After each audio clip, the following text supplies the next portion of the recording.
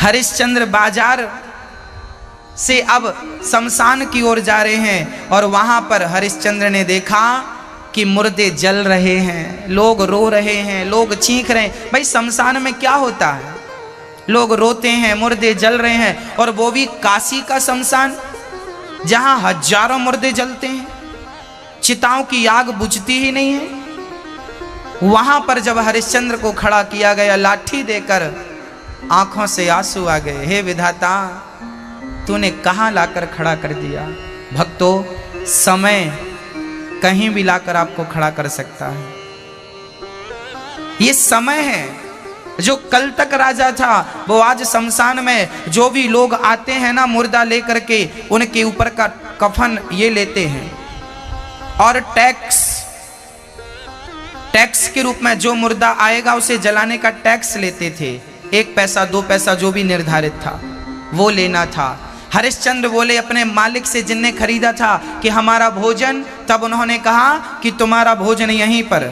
जो लोग मुर्दा लेके आते हैं ना, तो मुर्दे को 2-4 दिन का भोजन तो लाते ही हैं मुर्दे के लिए, पिंडदान करती हैं, तो उन्हीं का जो बचा है वो तुम खाया करो।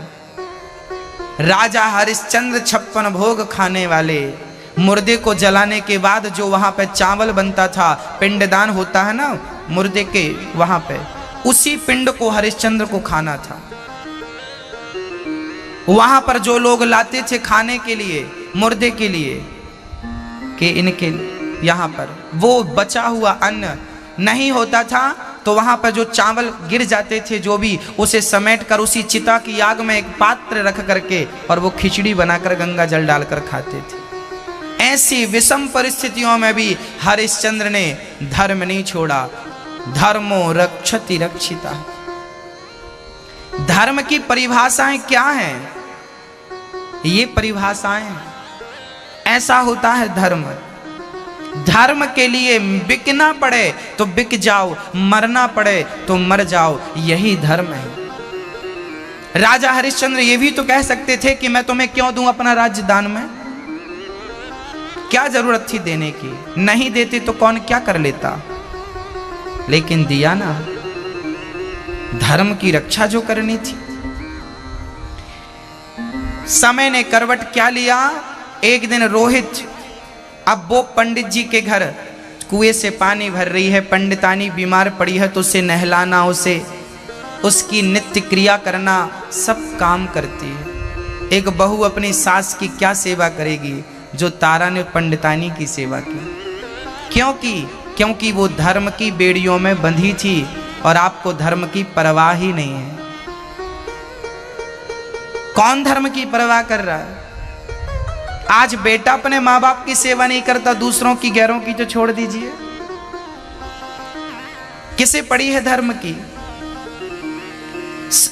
समय देखिए कि एक दिन रोहित बगीचे में पुष्प तोड़ने गया था, तुलसी तोड़ने गया था, तभी एक काला सा नाग रोहित को डस लेता है।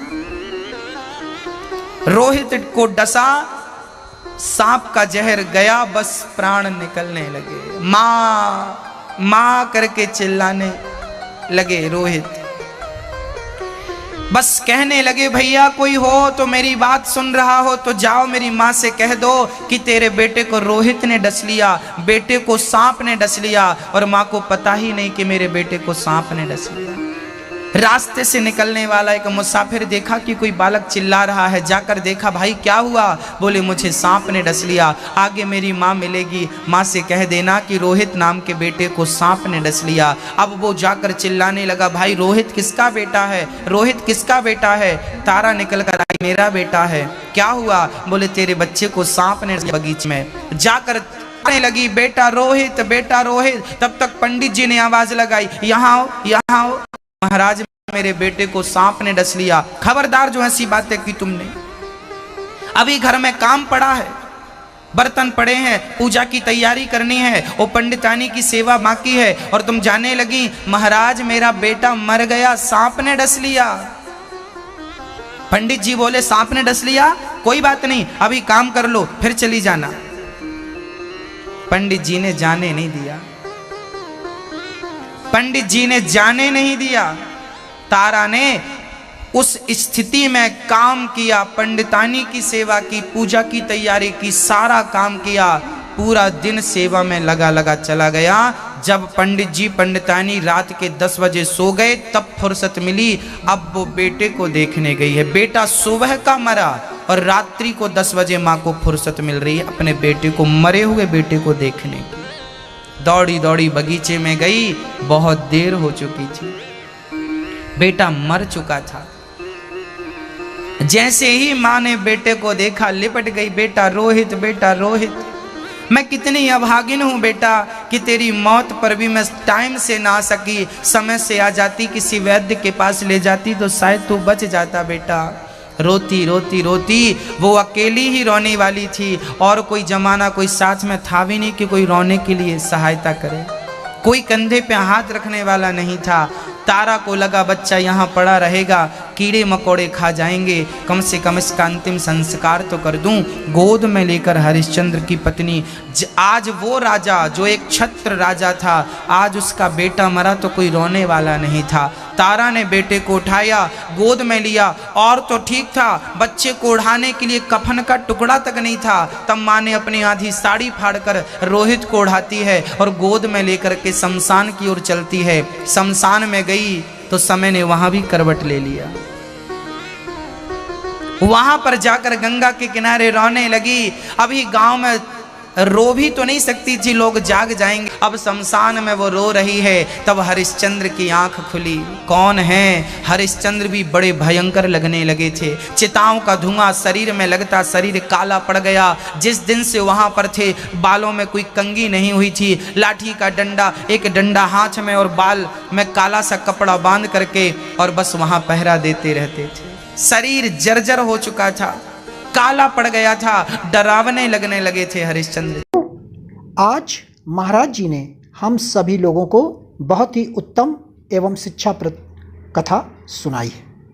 आशा करता हूँ यह शिक्षाप्रद उत्तम कथा आप लोगों को अवश्य पसंद आई होगी और हम सभी लोग इस कथा से कुछ ना कुछ शिक्षा ग्रहण करके अपने जीवन को सुखी एवं सामर्थ्य बनाने का प्रयास करेंगे। मित्रों, अगर यह वीडियो आप लोगों को पसंद आया हो तो इस वीडियो को लाइक करें और अधिक से अधिक लोगों को शेयर भी करें, जिससे कि और भी लोग इस कथा से कुछ ना कुछ शिक्षा ग्रहण करके अपने जीवन को सुखी बना सकें। मित्रों, अगर अभी तक आप लोगों ने हमारे चैनल को सब्सक्राइब नहीं किया है तो तुरंत सब्सक्राइब कर लें, जिससे आने वाले शिक्षाप्रद महाराज जी के वीडियोस आपको समय पर प्राप्त हो सकें और आप उसे सुनकर अपने जीवन को सुखी बना सकें। तो कल फिर किसी ना किसी शिक्षाप्रद महाराज जी के वीडियोस के साथ आप लोगों के समक्ष प्रस्तुत होंगे। तब तक के लिए राम राम।